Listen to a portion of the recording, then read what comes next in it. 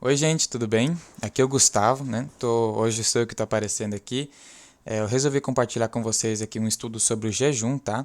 Então, eu separei aqui uns textos na Bíblia que a gente vai acompanhar, tá bom? Alguns relatos no Antigo e no Novo Testamento, formas de fazer o jejum e tudo mais, para a gente aprimorar o nosso conhecimento, né? Caso tenha algum texto aqui que não apareceu no vídeo e você queira complementar, você pode deixar nos comentários também, ok? É a primeira vez que eu faço esse vídeo, então se tiver alguma coisinha errada aí, vocês me desculpem, tá? Então, para começar aqui nosso vídeo, né, o que vem à cabeça com a palavra jejum, né? Pode ser se abster de alimentos, né, ou alguma coisa que você gosta, para no lugar disso você se dedicar a Deus. Comumente mais conhecido, a gente tem o fato de você se abster de algum alimento, né? Tem um jejum completo que você se abstém de comida e água, jejum parcial que você se abstém somente da comida e você ainda bebe água. E outros nomes de jejum também, como por exemplo, você só pode deixar de almoçar ou só jantar também, né? Você pode deixar de comer a sua comida favorita, né? E o jejum também engloba outras coisas, também não só o alimento, né? Você pode também deixar de você fazer alguma coisa que você gosta, como por exemplo, sei lá, você gosta de tocar violão. Hoje eu vou deixar então deixar de tocar o violão para eu dedicar esse tempo a Deus. É isso basicamente que é um jejum, né? Então, muitos cristãos, né, eles pensam no jejum como uma forma de Deus atender o seu pedido, né? Mas não se trata muito bem disso. O jejum em si, ele é uma forma de você oferecer um sacrifício para Deus e com isso você agradar a Ele. E como você faz isso? Você negando as suas necessidades básicas da sua carne, por exemplo, você pode ser de, que nem dito antes, né, alimentação ou alguma atividade que você gosta também, algo que você gosta muito de fazer, e no lugar disso você fazer algo para Deus, isso é uma oferta que Deus gosta muito. Então, uma forma de oferecer um sacrifício para Deus. Então, o povo judeu lá no Antigo Testamento, né, eles tinham um dia específico para fazer esse jejum, né? Onde todo o povo, nesse mesmo dia, eles pegavam e faziam um jejum coletivo. Isso está em Números 29, versículo 7, ok? E no dia 10 deste sétimo mês tereis santa convocação, e afligirei as vossas almas, nenhum trabalho fareis. A gente aqui não fala especificamente sobre jejum, mas a gente vai ver como isso se encaixa logo à frente, né? Aqui, mais especificamente diz, afligireis vossas almas. Isso tem a ver com jejum, tá? A gente vai ver isso logo na sequência posteriormente. Então, com o passar do tempo, né, o povo ele ia fazendo o seu jejum, mas lá em Isaías, o povo ele perguntou para Deus, né? Deus, por que jejuamos nós e tu não te atentas para isso, né?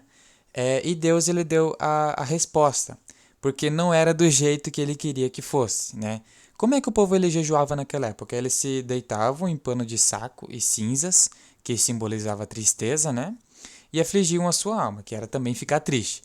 Mas o que Deus queria que o povo fizesse? Que eles deixassem livres os oprimidos, que quando visse alguém nu, que vestisse, repartisse o pão. Resumindo, queriam que fizessem coisas boas e agradáveis a ele. Você pode encontrar esse texto em Isaías, capítulo 58, do 3 ao 8. Então o texto ele diz assim, né? Todavia me procuram cada dia, tomam prazer em saber os meus caminhos, como um povo que pratica justiça e não deixa o direito do seu Deus. Perguntam-me pelos direitos da justiça e têm prazer em se achegarem a Deus, dizendo: Por que jejuamos nós e tu não te atentas para isso? Por que afligimos as nossas almas e tu não sabes? Eis que no dia em que jejuais achais o vosso próprio contentamento e requereis todo o vosso trabalho. Eis que para contendas e debates jejuais, e para ferirdes com punho iníquo, não jejueis como hoje, para fazer ouvir a vossa voz nos céus. Seria este o jejum que eu escolheria? Que um homem um dia aflige a sua alma, que incline a sua cabeça como o junco, e estenda debaixo de si saco e cinza? Chamarias tu a isto jejum e dia aprazível ao Senhor? Então é isso que Deus ele queria dizer para o povo de Israel, né? O povo ele perguntava: Deus, por que você não está ouvindo o nosso jejum? A gente está aqui jejuando. E por que você não sabe disso e não atende a nossa prece? Né? Porque o povo ele jejuava, às vezes para pedir uma bênção, para escapar de uma punição e tudo mais. E Deus ele deu a resposta, que está aqui na sequência. Porventura não é este o jejum que escolhi, que soltes as ligaduras da impiedade, que desfaças as ataduras do jugo, e que deixes livres os oprimidos, e despedaces todo o jugo. Porventura não é também que repartas o teu pão com o faminto, e recolhas em casa os pobres abandonados, e, quando vires nu, o cubras, e não te escondas da tua carne? Então romperá a tua luz como a alva, e a tua cura apressadamente brotará, e a tua justiça irá diante de ti, e a glória do Senhor será a tua retaguarda. Então esse é o jejum que Deus queria que o povo ele fizesse, que eles ajudassem os pobres, os oprimidos, dessem pão, fizessem coisas boas. Então não era somente se deitar em pano de saco e cinza e ficarem tristes, né, afligirem as suas almas. Mas por quê? Por que o povo ele se deitava em saco e cinzas e afligiam a sua alma? O que isso tem a ver com o jejum? A gente vai acompanhar aqui alguns textos na Bíblia de pessoas que jejuaram, têm essa característica de saco e cinza. O que significa o saco e cinza? Simboliza a expressão de tristeza, humilhação e autopunição. Então, Esdras capítulo 8, versículo 21 diz assim: Então apregoei ali um jejum junto ao rio Ahava, para nos humilharmos diante da face de nosso Deus, para lhe pedirmos caminho seguro para nós, para nossos filhos e para todos os nossos bens. Note que ali então ele apregoou um jejum para se humilhar perante a face de Deus, né, e pedir para ele um caminho seguro. Então o segundo relato aqui está no livro de Neemias, capítulo 1, do versículo 4 ao 11. Eu vou ler aqui para vocês. E sucedeu que, ouvindo eu estas palavras, assentei-me e chorei, e lamentei por alguns dias, e estive jejuando e orando perante o Deus dos céus.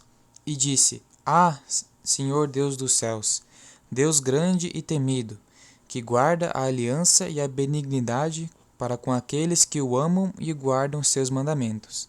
Estejam, pois, atentos os teus ouvidos e os teus olhos abertos, para ouvirdes a oração do teu servo, que eu hoje faço perante ti, dia e noite, pelos filhos de Israel, teus servos, e faço confissão pelos pecados dos filhos de Israel, que temos cometido contra ti. Também eu e a casa de meu pai temos pecado. Note que ele está se humilhando perante a Deus, né? Está falando: Deus, eu cometi pecado, eu e a casa de meu pai, eu e meu povo, né? Estejam, pois, atentos os teus ouvidos. Né? Eu vou continuar aqui. De todo nos corrompemos contra ti, e não guardamos os mandamentos, nem os estatutos, nem os juízos que ordenaste a Moisés, teu servo. Lembra-te, pois, da palavra que ordenaste a Moisés, teu servo, dizendo: Vós transgredireis, e eu vos espalharei entre os povos. E vós vos convertereis a mim, e guardareis os meus mandamentos, e os cumprireis. Então, ainda que os vossos rejeitados estejam na extremidade do céu, de lá os ajuntarei e os trarei ao lugar que tenho escolhido para ali fazer habitar o meu nome. Eles são os teus servos e o teu povo que resgataste com a tua grande força e com a tua forte mão. Ah, Senhor, estejam, pois, atentos os teus ouvidos à oração do teu servo e à oração dos teus servos que desejam temer o teu nome. E faze prosperar hoje o teu servo e dá-lhe graça perante este homem. E então era eu o copeiro do rei. Note que aqui ele se assentou, chorou e lamentou por alguns dias. E ele estava orando e jejuando perante os deuses dos céus. Ele estava triste, estava chorando e estava se humilhando com essa oração que ele fez para Deus. Aqui no livro de Samuel, capítulo 31, dos versículos 11 ao 13, diz assim: Ouvindo então os moradores de Jabes de Gileade o que os filisteus fizeram a Saul, todo homem valoroso se levantou e caminharam toda a noite, e tiraram o corpo de Saul e os corpos de seus filhos do muro de Bet-San, e, vindo a Jabes, os queimaram, e tomaram os seus ossos e os sepultaram debaixo de um arvoredo, em Jabes, e jejuaram 7 dias. Então, o povo ele fez esse jejum estando triste. Note que o jejum também está atrelado à tristeza, né? Porque o Saul havia morrido e seus filhos também, então eles pregoaram esse jejum por 7 dias. Agora, em 1 Samuel também, no capítulo 7, versículo 6, diz assim: E congregaram-se em Mispá, e tiraram água, e derramaram perante o Senhor, e jejuaram aquele dia, e disseram ali: pecamos contra o Senhor.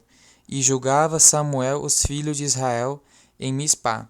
Note que aqui também denota arrependimento, né? O povo, ele pregou o jejum e diz: Deus, pecamos contra você. Estavam se humilhando e estavam demonstrando arrependimento também. No livro de Daniel, capítulo 9, do versículo 3 ao 4, diz assim: E eu dirigi o meu rosto ao Senhor Deus, para o buscar com oração e súplicas, com jejum, saco e cinza. E orei ao Senhor meu Deus, e confessei, e disse: Ah, Senhor, Deus grande e tremendo, que guardas a aliança e a misericórdia para com os que te amam e guardam os teus mandamentos. Né? Então aqui Daniel, como o próprio texto diz, ele buscou a Deus com oração e súplicas, e isso atrelado ao jejum. Né? E disse, e orei ao Senhor Deus, e confessei, e disse: Ah, Senhor, Deus grande e tremendo, né?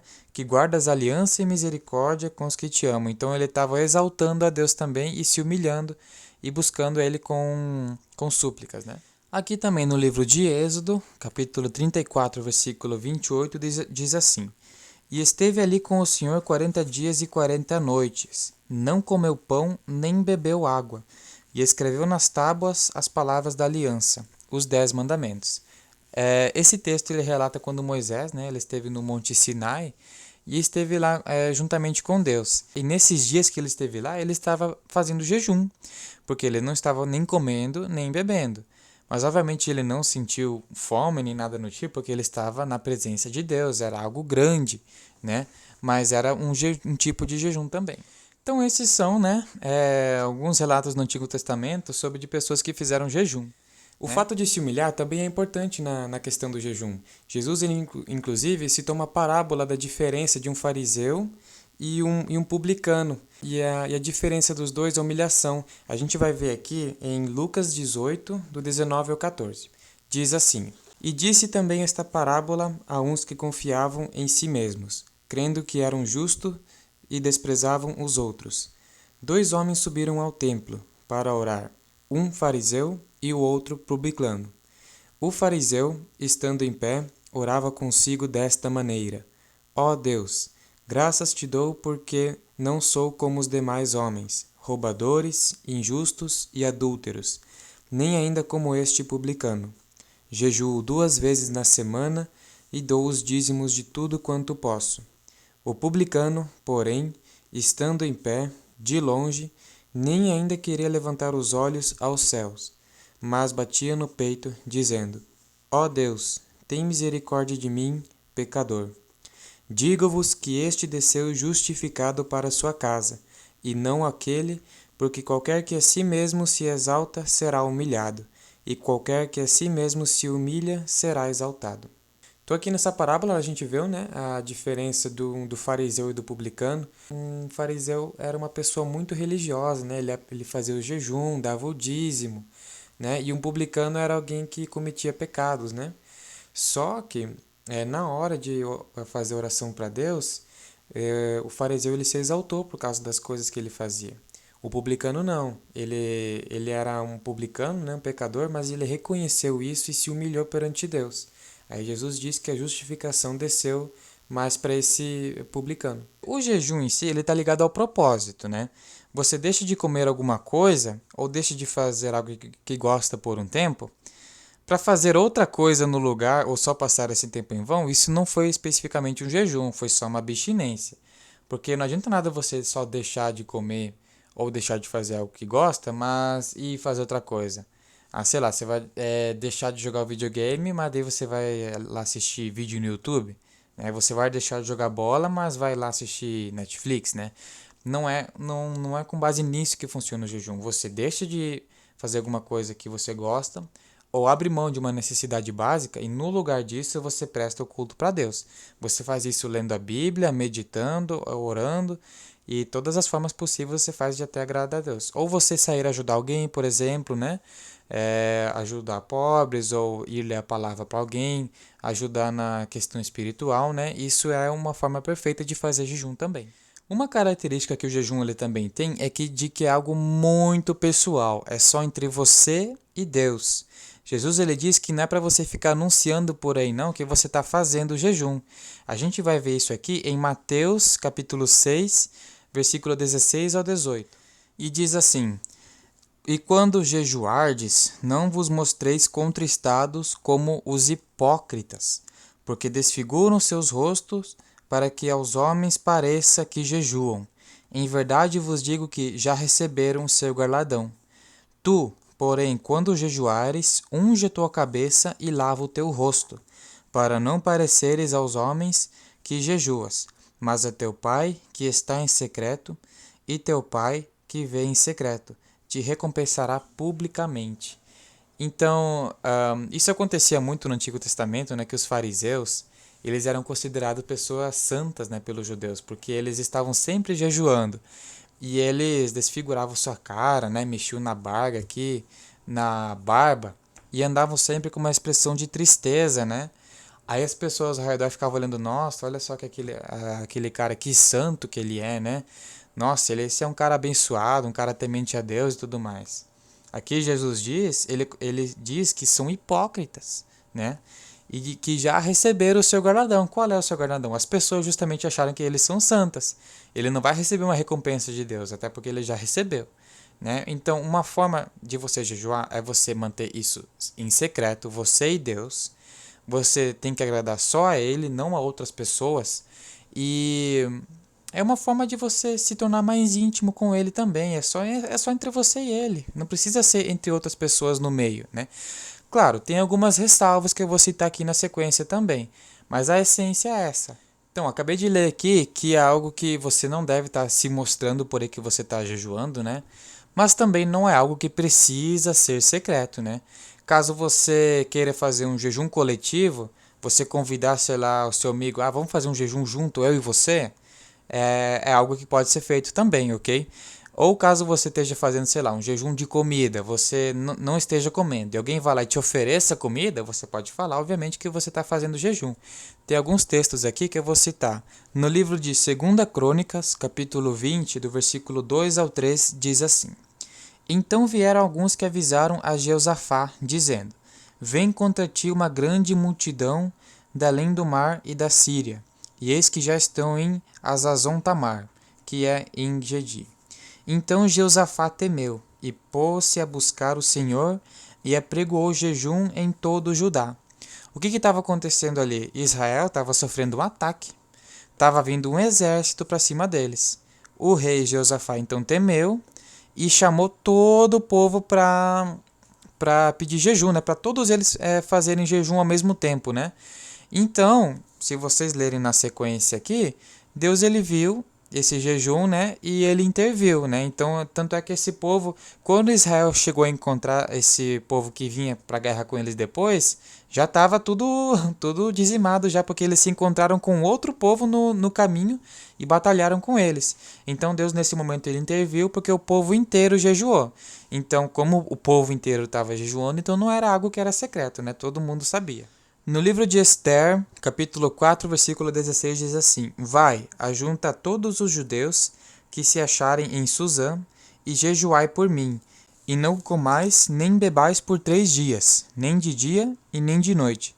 E eu e as minhas servas também assim jejuaremos, e assim irei ter com o rei, ainda que não seja segundo a lei, e se parecer, pereci. Então ali Esther estava convocando o povo também para jejuarem por ela. Ela estava anunciando, pedindo que as pessoas jejuassem, porque ela ia se encontrar o rei e ia fazer algo que teoricamente era fora da lei, né? Mas como o povo ele havia jejuado e o rei ele conhecia Esther, ele sabia das intenções dela. Então apesar ali que entra a questão do caráter também, né? Apesar de ela estar fazendo algo que seria fora da lei, Deus ele conhecia quem ela era e sabia que ela estava fazendo algo para o bem. Isso, em conjunto com o jejum também, foi algo que aconteceu e foi muito bom, né? E a questão é aqui, né, que foi que todo o povo sabia também. Fato interessante aqui também é que em Joel, capítulo 2, dos versículos 12 ao 13, eu vou ler aqui, tá? Ainda assim, agora mesmo diz o Senhor, convertei-vos a mim de todo o vosso coração, e isso com jejuns, e com choro, e com pranto, e rasgai o vosso coração, e não as vossas vestes, e convertei-vos ao Senhor vosso Deus, porque ele é misericordioso, e compassível, e tardio em irar-se, e grande em benignidade, e se arrepende do mal. Então aqui Deus ele está chamando o povo, né? Para se converter com ele através de jejum, choro e pranto. Tá vendo que o jejum está relacionado com choro e pranto também? E ele complementa aqui também: rasgai o vosso coração e não as vossas vestes. O que isso tem a ver com rasgar o coração e não as vestes? Quando o povo judeu ele fazia a expressão de estar triste, né? Eles pegavam e rasgavam as vestes deles, né? E isso era algo que todo mundo podia ver. E como a gente viu no relato anterior que é para manter isso em secreto, significa rasgar o vosso coração. Só estar triste por dentro. Não algo que você precisa estar demonstrando publicamente por aí. Mas por que o jejum ele tem que ter alguma coisa a ver com choro e pranto? Que é o fato de nos moldar, né? Então é através do jejum que, negando os desejos da nossa carne, tá? Que você pode ver isso em Gálatas 5, do 19 a 21, e se humilhando a Deus com choro e pranto, que nós, cristãos, nos podemos tornar pessoas diferentes do que éramos. Afinal, o jejum ele é para fortalecer o nosso espírito e fazer uma oferta agradável ao Senhor para que Ele nos ouça. Então, no livro de Salmos, no capítulo 69, versículo 10, diz assim, ó: quando chorei e castiguei com jejum a minha alma, isto se me tornou em afronta. Note que aqui ele usou quando chorei e castiguei com jejum a minha alma. Isto se me tornou em afrontas. Note que isso tem a ver com jejum, né? Tem a ver com humilhação, tristeza e tudo mais. Vamos abrir aqui agora outra passagem. Agora aqui em Salmos, capítulo 35, no versículo 13, diz assim: mas, quanto a mim, quando estavam enfermos, as minhas vestes eram o saco. Humilhava a minha alma com o jejum, e a minha oração voltava o meu seio. Note que aqui ele usa novamente a palavra, né? Humilhava a minha alma com jejum, e as minhas vestes eram saco, que simbolizava também tristeza. Agora a gente vai ler uma outra passagem aqui, que está em Mateus, capítulo 17, versículo 18 ao 21. Diz assim: e repreendeu Jesus o demônio, que saiu dele, e desde aquela hora o menino sarou. Então os discípulos, aproximando-se de Jesus, em particular, disseram: por que não podemos nós expulsá-lo? E Jesus lhes disse: por causa da vossa incredulidade. Porque em verdade vos digo que, se tiverdes fé como um grão de mostarda, direis a este monte: passa daqui para acolá, e há de passar, e nada vos será impossível. Mas esta casta não se expulsa senão por oração e jejum. A que ponto é que eu quero chegar nesse texto, né? Aqui diz que os apóstolos de Jesus tentaram expulsar o demônio de um menino, não conseguiram, levaram então até Jesus, ele expulsou e os apóstolos perguntaram: por que a gente não conseguiu? Jesus ele deu a resposta de que, se tiverdes a fé como a grão de mostarda, nada para vocês vai ser impossível.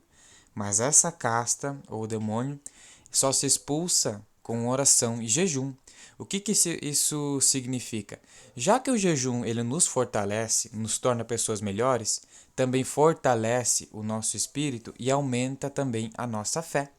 Então, você tendo o hábito de jejuar e orar, isso te dá uma certa autoridade espiritual também, coisa que os apóstolos eles não faziam, eles ainda não jejuavam enquanto Jesus estava com eles.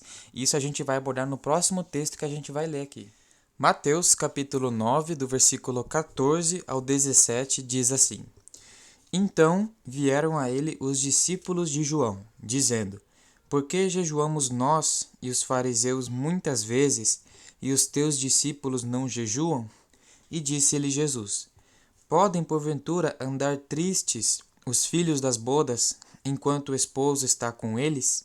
Dias, porém, virão, em que lhes será tirado o esposo, então jejuarão. Ninguém deita remendo de pano novo em roupa velha, porque semelhante remendo rompe a roupa, e faz-se maior a rotura. Nem se deita vinho novo em odres velhos. Aliás, rompe-se os odres, e estorna-se o vinho, e os odres estragam-se. Mas deita-se vinho novo em odres novos, e assim ambos se conservam. Então a gente viu nessa passagem aqui, né, que os discípulos de Jesus, eles não jejuavam, né? Mas por que eles não jejuavam, sendo que é algo tão importante e tão necessário que era para ser feito, né? Jesus mesmo disse: por que pode os filhos das bodas jejuarem enquanto o esposo ainda está com eles? Lembra que eu falei que o jejum tem a ver com tristeza? Então, os apóstolos, por que eles estariam tristes se Jesus ainda estava com eles, né? Quando ele fosse partir, né, depois, os apóstolos começariam a jejuar e eles mesmos teriam essa autoridade de continuar o ministério que Jesus começou. E ele também usou aqui um exemplo de odres e remendo de roupa, né? Por que isso? O jejum, como os apóstolos eles não jejuavam, né? Eles não estavam preparados ainda para receber o Espírito Santo, né? O Espírito Santo é o remendo novo e o vinho novo. E eles ainda eram velhos, né? Velho no sentido de não estar preparado para receber aquilo, né? Então, o jejum serviria para quando Jesus fosse, eles se preparassem, recebessem o Espírito Santo, para eles terem aquela autoridade, terem aquele poder presente, para poder seguir com o ministério. E o jejum era utilizado para várias questões importantes da igreja, como, por exemplo, tomar uma decisão importante, pedir ajuda de Deus e tudo mais, né? Agora, aqui em Lucas, capítulo 2, versículo 37, diz assim: E era viúva, de quase 84 anos, e não se afastava do templo, servindo a Deus em jejuns e orações, de noite e de dia. O que isso significa nessa passagem aqui que a gente acabou de ler? Era uma moça, né, uma viúva, que ela servia a Deus com jejuns e orações. Então o jejum também é uma forma de você adorar a Deus, prestar culto para Ele, né? Você faz isso através do jejum também. Tá vendo que o jejum ele tem várias formas, vários sentidos? Agora vamos ler aqui em Atos, capítulo 14, versículo 23. Diz assim: E, havendo-lhes por comum consentimento, eleito anciãos em cada igreja, orando com jejuns, os encomendaram ao Senhor em quem haviam crido. Note aqui eles escolheram, né, quem seriam os anciãos de cada igreja e eles utilizaram jejum para encomendar isso ao Senhor, oraram em jejum para que Deus abençoasse essa escolha, né, que tenha sido uma escolha certa e que abençoasse essa jornada que viria, né, desses anciãos e tudo mais e dessas igrejas. Agora a gente vai abrir aqui em Gálatas, capítulo 5, versículo 17. Diz assim: Porque a carne cobiça contra o espírito, e o espírito contra a carne, e estes opõem-se um ao outro, para que não façais as coisas que quereis. E aqui também em 1 Pedro, capítulo 2, versículo 11, diz assim: Amados, peço-vos, como a peregrinos e forasteiros, que vos abstenhais das concupiscências carnais, que combatem contra a alma. Então, o que esses textos eles querem dizer, né? Basicamente que existe a carne, existe o espírito, né? E que os dois eles se opõem, né? A gente sabe que existem os frutos do espírito e os frutos da carne. E a carne cobiça contra o espírito e o espírito contra a carne, não é? E onde que entra o jejum nessa história? Ora, o jejum ele fortalece o espírito, tornando você mais apto a vencer esses desejos da carne. Imagine que tem uma balança, né? A balança de um lado o espírito e do lado a carne. A balança que tiver mais peso é o lado que vai vencer, não é? Então, se você não pratica o jejum e está sempre satisfazendo esses desejos da carne, como por exemplo pode ser preguiça, gula, inveja, né? Roubo, isso são desejos da carne. O lado da carne, então, ele vai vencer, né? Mas se você pratica o jejum, as vontades carnais ainda vão existir, infelizmente elas não vão embora. Mas você vai estar mais apto a vencer elas. Porque o peso da carne ele sempre vai estar aqui pesando. Mas se você ir colocando também peso do lado do espírito, de a pouco ele pode ir se igualando e mais tarde vai vencendo e você vai se tornar uma pessoa melhor, espiritualmente, mais santa e tudo mais. Agora vamos abrir o livro de 1 Coríntios, capítulo 2, dos versículos 13 ao 15. Diz assim: As quais também falamos, não com palavras que a sabedoria humana ensina, mas com as que o Espírito Santo ensina, comparando as coisas espirituais com as espirituais. Ora, o homem natural não compreende as coisas do Espírito de Deus, porque lhe parecem loucura, e não pode entendê-las, porque elas se discernem espiritualmente. Mas o que é espiritual discerne bem tudo, e ele de ninguém é discernido. Então aqui nesse texto a gente viu que as coisas de Deus, né, os ensinamentos de Deus, tudo que ele quer dizer para a gente, são algo espiritual, né, tem mais a ver com o espírito. E o jejum, você praticando o jejum, você discerne bem melhor o seu espírito e você consegue compreender melhor as coisas de Deus. Quando você pega uma Bíblia uma primeira vez para ler e você começa a acompanhar os capítulos, realmente é muito chato, você não consegue acompanhar, você se sente cansado, né? É muito mais fácil abrir uma série na Netflix, abrir o PlayStation para jogar um jogo, você não se cansa disso. Né? Mas para ler a Bíblia é sempre cansativo, é sempre chato e você não consegue entender o que diz aí. Você lê e não entende qual que é a mensagem. Por isso então que é necessário o jejum, porque as coisas de Deus são espirituais e é através do Espírito que você vai começar a entender a coisa, né? Deus, ele percebe o quanto você se esforça para você buscar ele. Então você buscando ele ardentemente com a Bíblia, ele vai te dando entendimento, né? Você vai fortalecendo o espírito e você vai, de a pouco, começando a entender as mensagens que ele quer. Então agora vamos abrir aqui Romanos capítulo 7, do 18 ao 25. Diz assim: Porque eu sei que em mim, isto é, na minha carne, não habita bem algum, e com efeito o querer está em mim, mas não consigo realizar o bem. Porque não faço o bem que quero, mas o mal que não quero, esse faço. Ora, se eu faço o que não quero, já não faço eu, mas o pecado que habita em mim. Acho então esta lei em mim, que, quando quero fazer o bem, o mal está comigo. Porque, segundo o homem interior, tenho prazer na lei de Deus. Mas vejo nos meus membros outra lei, que é a batalha contra a lei do meu entendimento e me prende debaixo da lei do pecado, que está nos meus membros. Miserável homem que eu sou! Quem me livrará do corpo desta morte? Dou graças a Deus por Jesus Cristo nosso Senhor, assim que eu mesmo, com o entendimento, sirvo a lei de Deus, mas com a carne a lei do pecado. Esse texto aqui, então, ele complementa o que a gente estava vendo recentemente, né? De que a carne ela cobiça contra o espírito. E o pecado, ele habita nos nossos membros, né? Nosso corpo, né? Ele está sempre buscando satisfação, né? Se satisfazer. Isso pode ser através de gula, por exemplo, né? Você se satisfazer de tanta comida, querer comer mais, você sentir o gosto bom de alguma coisa, gula. Pode ser satisfação sexual, por exemplo, você ter a frequência de se masturbar também, né? O prazer de adrenalina, por exemplo, você gostar de, sei lá, andar loucamente de carro, isso pode ser também. O pecado basicamente vem dos seus desejos carnais, né? Então, que nem dito antes, né?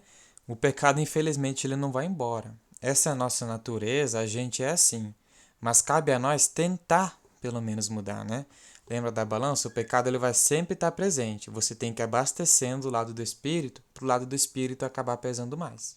Aqui em Romanos, agora no capítulo 8, né, do versículo 5 ao 8 e também no 13, diz assim: Porque os que são segundo a carne inclinam-se para as coisas da carne, mas os que são segundo o Espírito, para as coisas do Espírito. Porque a inclinação da carne é morte, mas a inclinação do Espírito é vida e paz. Porquanto a inclinação da carne é inimizade contra Deus, pois não é sujeita à lei de Deus, nem em verdade o pode ser. Portanto, os que estão na carne não podem agradar a Deus. E o 13 diz assim: Porque, se viverdes segundo a carne, morrereis, mas, se pelo Espírito mortificardes as obras do corpo, vivereis. Então aqui mais uma vez esse texto ele complementa o que a gente estava dizendo, né? De que a carne continua cobiçando contra o Espírito. Mas agora, tá vendo que ele usou a palavra inclinação? Justamente, como o pecado está sempre presente, Imagina um ponteiro aqui, né? Que está sempre pendendo para o lado do pecado, né? E o lado que você se inclinar é o lado que você vai acabar caindo, né?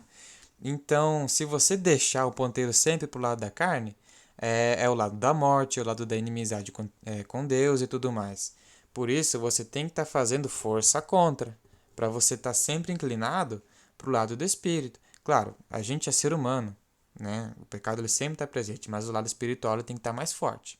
Então, se o pecado habitando na carne e o espírito habitando a paz e a vida eterna, né?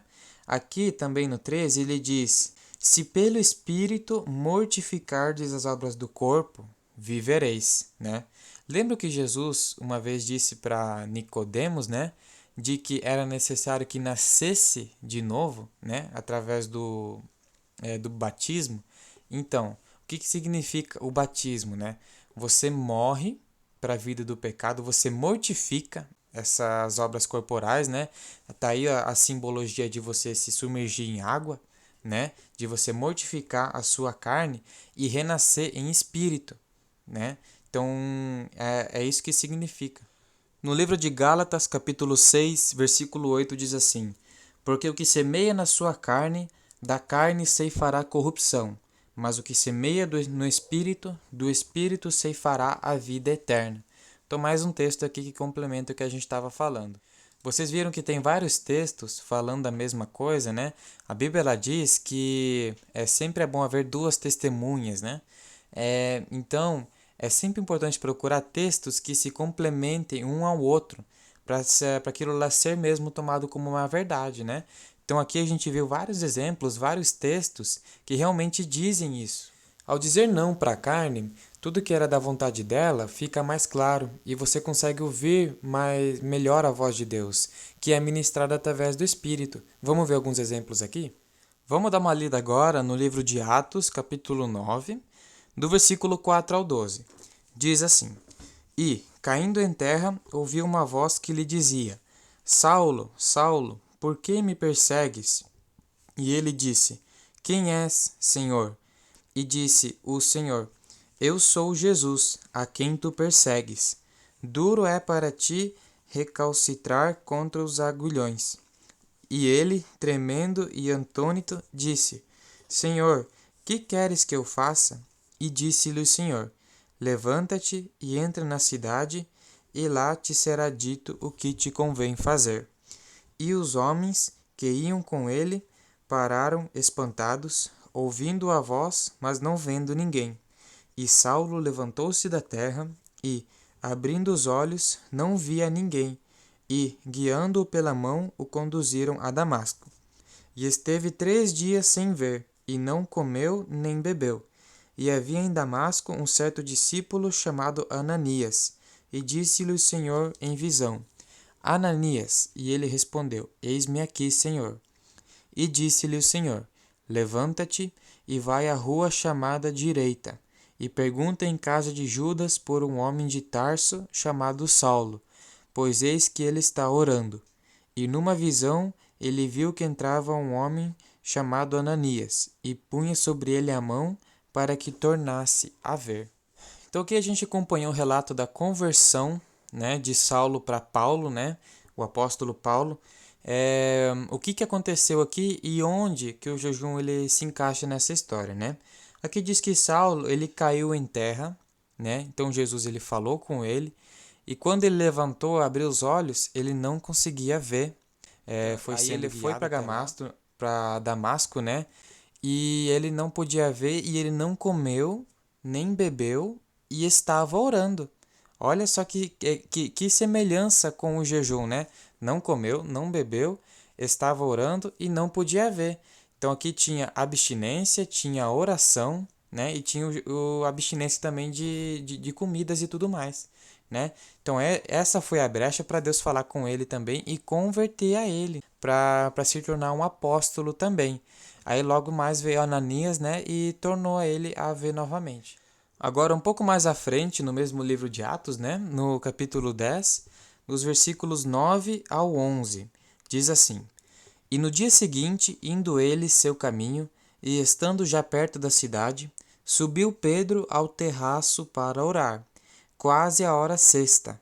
E tendo fome, quis comer. E, enquanto lhe preparavam, sobreveio-lhe um arrebatamento de sentidos, e viu o céu aberto, e que descia a ele um vaso, como se fosse um grande lençol atado pelas quatro pontas, e vindo para a terra. Então aqui a gente acompanha um relato, né, de que Pedro teve um arrebatamento de sentidos, né, ele teve uma visão. Ó, o ponto que eu quero chegar aqui, ó, que ele se retirou, né, ele foi ao terraço, ou seja, um lugar sozinho, começou a orar e teve fome. Características relacionadas ao jejum também. E ele teve esse arrebatamento.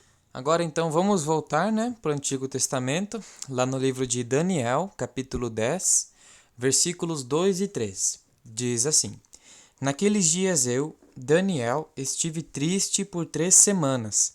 Alimento desejável não comi, nem carne nem vinho entraram na minha boca, nem me ungi com ungento, até que se cumpriram as 3 semanas. Então aqui a gente acompanha então o relato de jejum de Daniel, né? Aqui não diz explicitamente que ele fez um jejum, né? Não está a palavra jejum aqui presente, mas está presente duas características do jejum. Esteve triste durante 3 semanas e alimento desejável não comeu. Nem carne, nem vinho entraram na boca dele. Então aqui no livro de Tiago, capítulo 4, versículos do 6 ao 10, diz assim: Antes ele dá maior graça. Portanto diz: Deus resiste aos soberbos, mas dá graça aos humildes. Sujeitai-vos, pois, a Deus. Resisti ao diabo, e ele fugirá de vós. Chegai-vos a Deus, e ele se chegará a vós. Limpai as mãos, pecadores, e vós, de duplo ânimo, purificai os corações. Senti as vossas misérias, e lamentai e chorai. Converta-se o vosso riso em pranto, e o vosso gozo em tristeza. Humilhai-vos perante o Senhor, e ele vos exaltará. Então aqui a gente tem, né, mais um exemplo então. Aqui diz: humilhai-vos perante o Senhor, e ele vos exaltará. Aqui também diz: lamentai e chorai. Converta-se o vosso riso em pranto, e o vosso gozo em tristeza. Também antes aqui diz: senti as vossas misérias, né? Então isso aqui tem a ver com o jejum também. Então eu separei aqui algumas características do jejum, tá? O jejum ele aflige a sua alma, de modo que se tem uma reflexão profunda. Ele deixa os desejos da carne de lado para você fortalecer o lado espiritual. Você pode fazer o jejum em prol de alguém ou em prol de uma causa. O jejum, ele não faz Deus ter mais ou menos compaixão de nós. O jejum, ele trabalha o nosso caráter, deixando de lado as nossas preocupações fúteis desse mundo, né? E deixando claro para a gente o que realmente importa, né? Que é a vida eterna e o lado espiritual, a comunhão com Deus. Ele também é uma forma de expressar dependência de Deus, porque afinal sem Deus não somos nada. E o jejum ele destrói o orgulho do ser humano, fazendo-o voltar para Deus. Vamos acompanhar agora então alguns relatos de pessoas que jejuaram na Bíblia, tá? Vamos abrir o livro de 2 Samuel, capítulo 12, versículos 16 e 17. Diz assim: E buscou Davi a Deus pela criança, e jejuou Davi, e entrou e passou a noite prostrado sobre a terra. Então os anciãos da sua casa se levantaram e foram a ele, para o levantar da terra. Porém ele não quis e não comeu pão com eles. Então aqui nesse relato de Davi, né, notem que ele jejuou, passou a noite prostrado sobre a terra e não comeu pão, né? Então ele faz sentido o jejum nessa história aqui. E notem que ele estava jejuando por uma criança. Se você ler mais um pouco atrás aqui, diz que o Senhor feriu a criança, né? Você pode ler aqui a história completa, né, para ter uma ideia do contexto. E depois, também no versículo 18, diz que e sucedeu que ao 7º dia morreu a criança. Davi, ele fez esse jejum, mas Deus, ele não atendeu o pedido, né, pelo jejum. O que isso significa? Que Deus, ele não é obrigado a atender sempre, né? O jejum, você pode sim usar o jejum para pedir alguma coisa para Deus, mas Deus de forma nenhuma ele é obrigado a cumprir isso, né? Você não pode subornar, por assim dizer, a Deus, né? Você pode usar para pedir, mas Deus não é obrigado a cumprir. Vamos abrir aqui então agora em Mateus, capítulo 4, versículos 1 e 2. Diz assim: Então foi conduzido Jesus pelo Espírito ao deserto, para ser tentado pelo diabo. E, tendo jejuado 40 dias e 40 noites, depois teve fome. Então aqui a gente viu, né, quando Jesus, ele, depois de ter se batizado, né, lá com João Batista, ele foi conduzido ao deserto, né, para jejuar por 40 dias e 40 noites. Depois teve fome, né? Depois, obviamente, ele foi tentado pelo diabo e tudo mais. Mas para a gente ver aqui que até mesmo Jesus mesmo ele jejuou, né? E que faz sentido com o que a gente viu antes, né? A gente não viu que Jesus ele expulsou os demônios e os apóstolos eles não conseguiram? Claro, Jesus ele é um ser celestial, né? Um ser poderoso. Ele já tinha essa autoridade, mas ele de igual maneira, ele jejuou para se fortalecer também. Afinal, ele iria ser tentado pelo próprio diabo, né? Então, ele se fortaleceu com esse jejum para resistir a essas tentações. Então, seguindo aqui com o nosso estudo, né? Deus, ele não dá a verdade para preguiçoso. Deus não revela a verdade para teólogo frio que não acredita. Ele dá a verdade para aquele que o busca de coração e se entrega a ele, ora e faz oferta de sacrifício jejuando. Mateus capítulo 7, versículo 7 diz assim: Pedi e dar-se-vos-á, buscai e encontrareis, batei e abrir-se-vos-á. Então é necessário buscar a Deus para você entender a verdade dele. Você precisa ter essa necessidade, você precisa sentir isso. Poxa, hoje eu tenho que buscar a Deus. E isso, Deus ele vai notar o seu esforço e vai te revelando, né, as coisas, os ensinamentos dele. Agora vamos ler aqui Lucas capítulo 18, versículos 1 a 8. Diz assim: E contou-lhes também uma parábola sobre o dever de orar sempre, e nunca desfalecer, dizendo: Havia numa cidade um certo juiz que nem a Deus temia, nem respeitava o homem. Havia também naquela mesma cidade uma certa viúva, que ia ter com ele, dizendo: Faz-me justiça contra o meu adversário. E por algum tempo não quis atendê-la, mas depois disse consigo: Ainda que não temo a Deus, nem respeito os homens, todavia, como esta viúva me molesta, hei de fazer-lhe justiça, para que enfim não volte e me importune muito. E disse o Senhor: Ouvi o que diz o injusto juiz. E Deus não fará justiça aos seus escolhidos, que clamam a ele dia e noite, ainda que tardio para com eles? Digo-vos que depressa lhes fará justiça. Quando, porém, vier o Filho do Homem, porventura achará fé na terra? Então aí, gente, a gente viu, Jesus ele deu uma parábola, né? Do dever que a gente tem de estar orando sempre, né? Fora um pouquinho do tema do jejum, mas para o tema da oração, né? A questão de pedir a graça a Deus, você pedir para que Ele te ensine as coisas, é a forma de você buscar Ele e Ele ir te revelando a verdade. Nota-se que esse juiz aqui, ele era um juiz que não temia a Deus, não temia nada, não temia homem nenhum, mas ia lá uma viúva chata que enchia o saco dele o dia inteiro. Então esse juiz falou: Não, então eu vou resolver com o caso dela, eu vou fazer justiça por ela, para ela parar de vir aqui me importunar, né? E se Deus, que é um ser honesto, um Deus que ama os seus filhos, porventura ele não fará justiça para os seus filhos também? Então pedir e dar-se-vos-á. Então buscai a Deus e ele vos dará a verdade. O homem que ora e jejua, ele tem mais habilidade para os mistérios de Deus, para descobrir o que ele realmente tem a dizer na sua palavra. Mas tem também a questão da prova, porque a verdade é como uma faca de dois gumes. Quanto mais lhe será dado, mais lhe será cobrado. Lembra daquela parábola dos talentos? Então o cristão precisa provar para Deus que ele merece e consegue suportar a verdade. A importância de jejuar também é para manter o templo do Espírito Santo puro. Apesar da nossa carne ser inclinada ao pecado, como a gente já viu, a carne é o corpo e o nosso corpo é o templo de Deus. Lembra que a gente viu lá o remendo novo na roupa velha e o vinho novo em odre velho, né? 1 Coríntios, capítulo 6, versículos 19 ao 20 diz assim: Ou não sabeis que o vosso corpo é o templo do Espírito Santo, que habita em vós, proveniente de Deus, e que não sois de vós mesmos, porque fostes comprados por bom preço? Glorificai, pois, a Deus no vosso corpo e no vosso espírito, os quais pertencem a Deus. Então a gente vai ver aqui alguns tipos de jejum que Deus não aceita, né? Vamos abrir aqui em 1 Samuel, capítulo 15, dos versículos 13 a 23. Diz assim: Veio, pois, Samuel a Saul, e Saul lhe disse: Bendito sejas tu do Senhor. Cumpri a palavra do Senhor.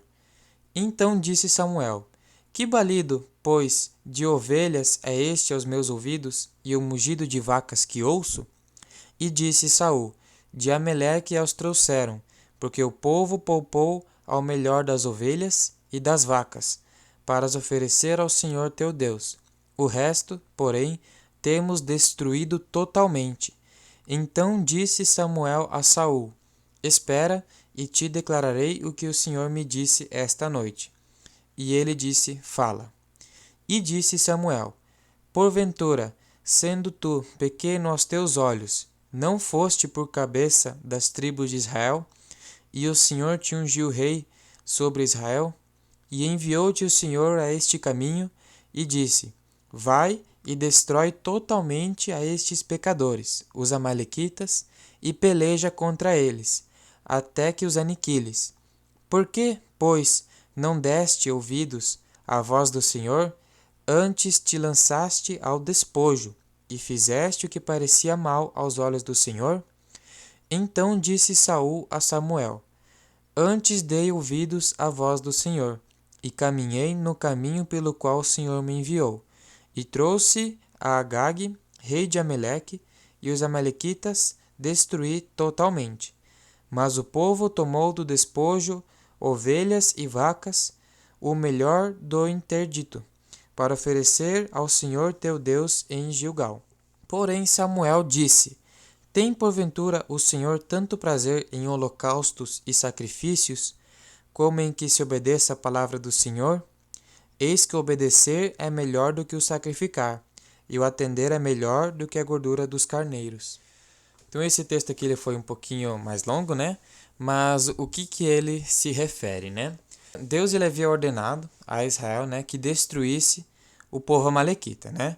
Destruísse tudo e não deixasse nada, né? As cidades, o povo, inclusive os animais e ovelhas. Mas Saul, ele não obedeceu essa ordem. Ele trouxe os animais com o pretexto de oferecer em sacrifício para Deus, não é? E tá aí a forma de subordinar. Poxa, então eu vou trazer isso aqui e vou oferecer para Deus. Deus não vai se chatear, né? Mas aqui a gente viu, né, que Deus, ele prefere que a gente obedeça a ordem dele, né? Então não é bom tentar subornar Deus com o jejum, porque apesar daqui não estar falando sobre o jejum, Saul queria oferecer esses animais em sacrifício a Deus, né? E jejum também é uma forma de sacrifício, né? Então tem a importância de você seguir certinho as ordens de Deus também. E não tentar, Senhor, se você me fazer ganhar na Mega Sena, eu vou jejuar por tantos dias, né? Sei lá, Senhor, se eu conseguir aquele carro, eu vou jejuar por tanto tempo, né? Ou se não, já faz o jejum antes. Senhor, eu vou jejuar aqui, mas me dá aquilo que eu preciso, Senhor. Né? Que nem eu já disse antes. Deus ele não é obrigado a atender o pedido, né? E o jejum ele é mais uma oferta de sacrifício do que um pedido em si. Outro tipo de jejum que Deus não aceita, né? É o jejum para impressionar os outros, né? Que a gente já citou aqui, o caso lá dos fariseus, né? Que eles faziam jejum mais para se mostrar mesmo do que para jejuar. Um outro tipo também de jejum que Deus não aceita, né? É um jejum de forma legalista, como se o jejum fosse uma lei, né? O que isso significa, né? A obrigação de jejuar. A gente também não é obrigado a jejuar. O jejum ele tem que ser de forma espontânea. tem que partir do coração, a vontade de agradar a Deus. Não é algo que você estipule, por exemplo, eu agora, a partir de agora, todo sábado eu vou jejuar. Claro, você pode sim jejuar todo sábado, mas não tenha isso como uma lei. Tenha isso como algo do teu coração, algo que você quer oferecer para Ele, algo que você quer fazer para agradar Ele, para deixar Ele feliz. Então, né, para concluir esse estudo aqui, né, a gente já fez uma abordagem aí bem grande, né, sobre o jejum. Se você quiser complementar com alguma coisa e talvez alguma passagem que eu não tenha dito aqui, você pode colocar aqui nos comentários, tá? Quiser deixar algum comentário a respeito do estudo também, alguma talvez crítica construtiva aí que talvez eu possa melhorar aqui. É a primeira vez que eu faço esse tipo de coisa. E como a gente pôde ver, né? O jejum ele se trata de algo bem mais complexo do que apenas se abster de alimentos, né? Trata-se de você se moldar a si mesmo, o seu caráter, de se aproximar com Deus, de agradar a Ele, né? De fazer o melhor por Ele, né? Deus ele sabe, ele vê quando você se esforça por Ele, né? E Ele sabe o motivo quando você faz um jejum, seja para benefício pessoal ou se realmente esteja envolvida a vontade de agradar a Ele, né? Trata-se também de dedicar um tempo para Ele por meio de orações, meditação, lendo a palavra e também ajudando pessoas que precisam, né?